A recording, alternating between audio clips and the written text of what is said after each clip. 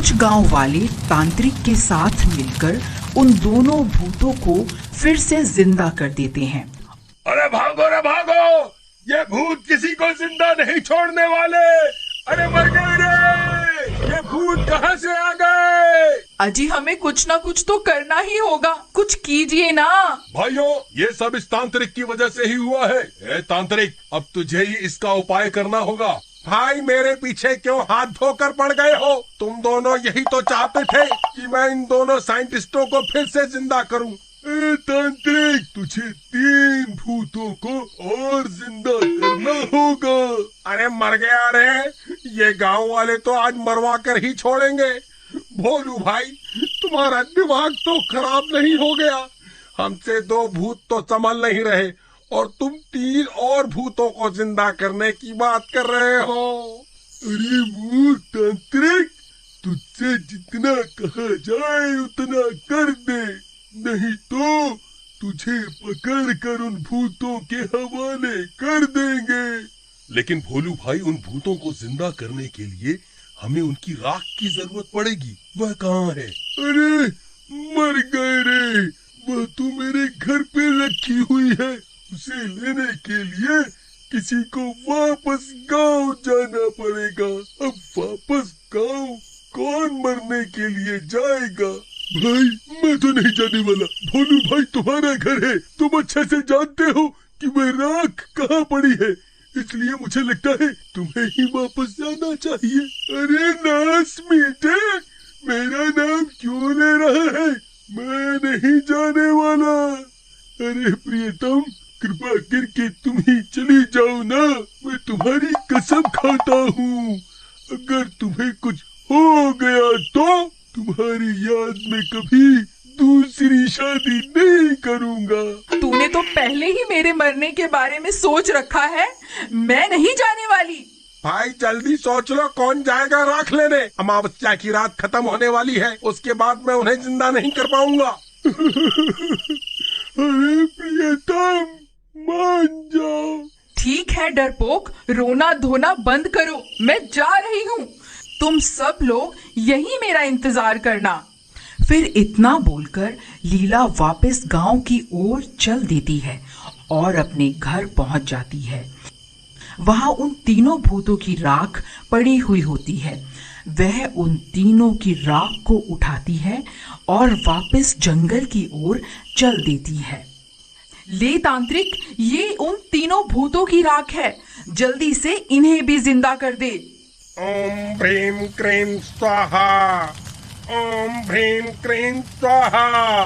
फिर देखते ही देखते वह चुड़ैल और दोनों भूत भी वापस जिंदा हो जाते हैं। अरे हम तो फिर से जिंदा हो गए भाई, वाह वाह, आज तो मजा ही आ गया। अरे भोलू भाई, क्या हुआ? तुम्हारे चेहरे की हवाइयाँ क्यों उड़ी हुई है भाई? सब ठीक तो है ना? नहीं भाई, सब गड़बड़ हो गई है। वह दोनों साइंटिस्ट फिर से जिंदा हो गए हैं और उन्होंने पूरे गांव में अपना आतंक मचा रखा है। अरे अब हम आ गए हैं, अब तुम्हें घबराने की जरूरत नहीं है। अब की बार मैं उन्हें सबक सिखा कर रहूंगी। फिर वह तीनों भूत वापस गांव में आ जाते हैं, लेकिन वह दोनों साइंटिस्ट गांव छोड़कर वहां से भाग चुके होते हैं। लल्लन भाई, मुझे लगता है वह दोनों साइंटिस्ट यहाँ से भाग चुके हैं। थोड़ी देर में सूरज निकलने वाला है, अगर दिन हो गया तो हम जिंदा नहीं बच पाएंगे। हमें सुबह होने से पहले उन्हें ढूंढ कर उन्हें मारना होगा। कालिया भाई, मुझे लगता है वह कैंप की तरफ गए होंगे। शायद वो लोग वापस चंद्रमा पर भागना चाहते हैं। हमें उन्हें रोकना होगा, नहीं तो वह बच के निकल जाएंगे। फिर वह तीनों जंगल में बने कैंप की तरफ चल देते हैं और कुछ ही देर में कैंप पर पहुंच जाते हैं। ए साइंटिस्टों, कहाँ चल दिए? अभी हम जिंदा हैं। हा हा हा हा हा हा हा। तुम कहीं नहीं जा सकते। अरे मर गए रे, ये तीनों मूर्ख कहाँ से आ गए? ऐ मूर्खों, पिछली बार तो तुम्हारी बेवकूफी की वजह से हम सब लोग मर गए थे, लेकिन अब की बार ऐसा कुछ करने की सोचना भी मत। कालिया भाई, ये नास मिटा साइंटिस्ट सही बोल रहा है, हम इन्हें मार भी नहीं सकते। अब क्या करें? कुछ ही देर में सूरज निकलने वाला है, हम लोग फिर से जल के राख हो जाएंगे। जल्दी कोई तरकीब लगाओ। अरे तुम हमारा कुछ नहीं बिगाड़ सकते। भाइयों, मुझे लगता है कालिया और लल्लन मिलकर भी उन दोनों भूतों को मार नहीं सकते। सिर्फ सूरज की रोशनी ही उन दोनों भूतों को मार सकती है। हमें ही कुछ करना होगा। देखो मूर्खों, सूरज निकलने वाला है। अगर तुम चाहो तो तुम भी हमारे साथ वापस चंद्रमा पर चल सकते हो। अगर यहाँ रुके तो अपनी जान से हाथ धो बैठोगे। तुम क्या कहते हो कालिया भाई? अपनी जान बचाकर इनके साथ चले क्या? नहीं भाई लल्लन, इन दोनों साइंटिस्टों ने बहुत से गांव वालों को अपना शिकार बनाया है। इसकी सजा इन्हें जरूर मिलनी चाहिए। गांव वालों ने इसीलिए हमें फिर से जिंदा किया है। अब हम अपनी जान बचाने के लिए उन्हें धोखा नहीं दे सकते। राजा जी, आप देवर जी को लेकर चंद्रमा पर चले जाइए, मैं इन दोनों को पकड़ के रखती हूँ। नहीं भाभी जी, आप पहले भी अपनी कुर्बानी दे चुकी हैं, अब की बार नहीं। फिर वह चुड़ैल गुस्से में उन दोनों को गर्दन से पकड़कर हवा में उठा लेती है। अरे मूर्ख चुड़ैल, ये क्या कर रही है? छोड़ हमें। वह देख, सूरज निकलने ही वाला है, हम सब फिर से मारे जाएंगे। अरे मूर्ख चुड़ैल, छोड़ दे। फिर वह दोनों साइंटिस्ट खुद को उस चुड़ैल से छुड़वाकर सीधा रॉकेट की तरफ दौड़ पड़ते हैं। अरे भागो रे भागो, अपनी जान बचाकर भागो, सूरज निकलने ही वाला है। अरे भागो रे भागो। तभी उनके सामने गांव की सारी औरतें आकर खड़ी हो जाती हैं और उनका रास्ता रोक लेती हैं।